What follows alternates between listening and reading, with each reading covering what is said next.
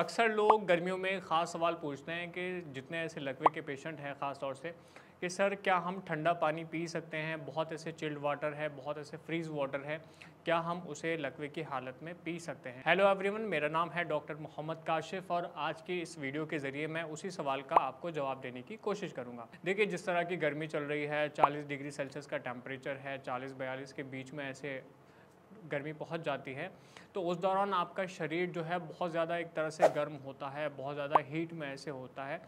तो जब आप अपने शरीर को ठंडा रखना चाहते हैं तो आप कहीं न कहीं ठंडे पानी का सेवन करना शुरू कर देते हैं, ठंडा पानी बहुत ज़्यादा पीना ऐसे शुरू कर देते हैं।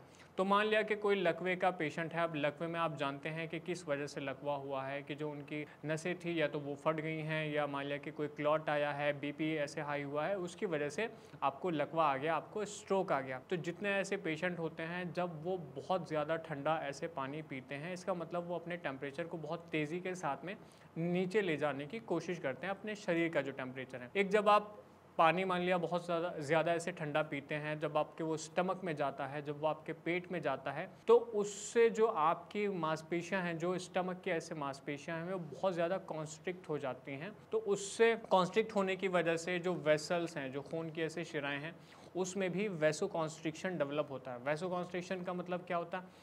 वैसो कॉन्स्ट्रिक्शन का मतलब होता है कि जो आपकी खून की नसें हैं, जो आपकी शिराएँ हैं, जो आपकी धमनियाँ हैं, उनका जो ल्यूमेन है वो भी छोटा हो जाता है। अब उसका आपके ऊपर क्या असर पड़ेगा?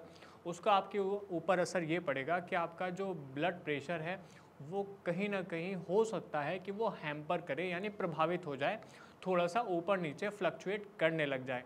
एक रीज़न तो ये हो गया। दूसरा रीज़न ऐसे हो जाता है, जब आप बहुत ज़्यादा ऐसा ठंडा पानी का इस्तेमाल करते हैं, तो ठंडा पानी पीने की वजह से आपके पेट के जो एंजाइम हैं, आपके जो केमिकल हैं, वो एसिडिक होते हैं।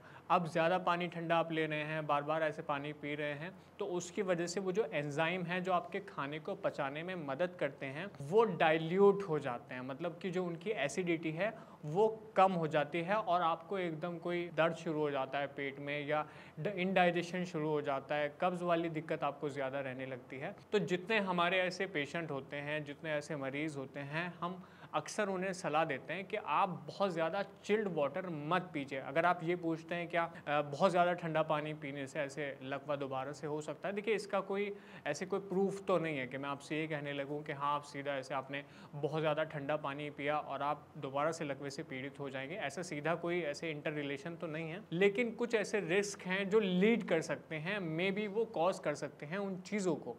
ठीक है, हो सकता है कि वो चीज़ें वहाँ तक बढ़ जाएँ कि आप लकवे से दोबारा पीड़ित हो जाएँ, वो रिस्क हो सकता है। जैसे मैंने बताया कि जब वैसोकॉन्स्ट्रिक्शन हो जाएगा, आपकी नसें जो हैं बहुत ज़्यादा सिकुड़ जाएँगी, उसकी वजह से ब्लड प्रेशर आपका थोड़ा प्रभावित हो सकता है।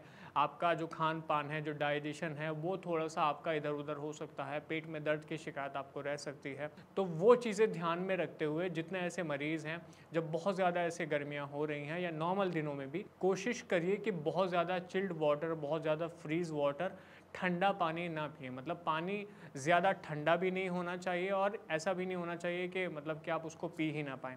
जितने ऐसे पेशेंट होते हैं, जितने मरीज़ हैं, बहुत ऐसे हल्का ठंडा पानी पी सकते हैं, उसमें कोई भी परेशानी नहीं है, उससे कोई भी प्रॉब्लम खड़ी नहीं होने वाली है। तो मैं समझता हूँ कि आज इस वीडियो के ज़रिए जो मैंने बताया है कि आपको ठंडा पानी पीना चाहिए या नहीं पीना चाहिए, या अगर पिएँगे तो क्या आपको कॉम्प्लिकेशन डेवलप हो सकती हैं, आपको समझ में आई होंगी। फिर भी कोई सवाल है, कुछ समझना चाहते हैं, कुछ पूछना चाहते हैं, कोई ऐसा सवाल है जो आपके दिमाग में चल रहा है, ख़ास तौर से गर्मियों को लेके, तो आप नीचे कमेंट सेक्शन में लिख के हमें बता सकते हैं, या हमें नीचे दिए गए नंबर पे कॉल भी कर सकते हैं। धन्यवाद।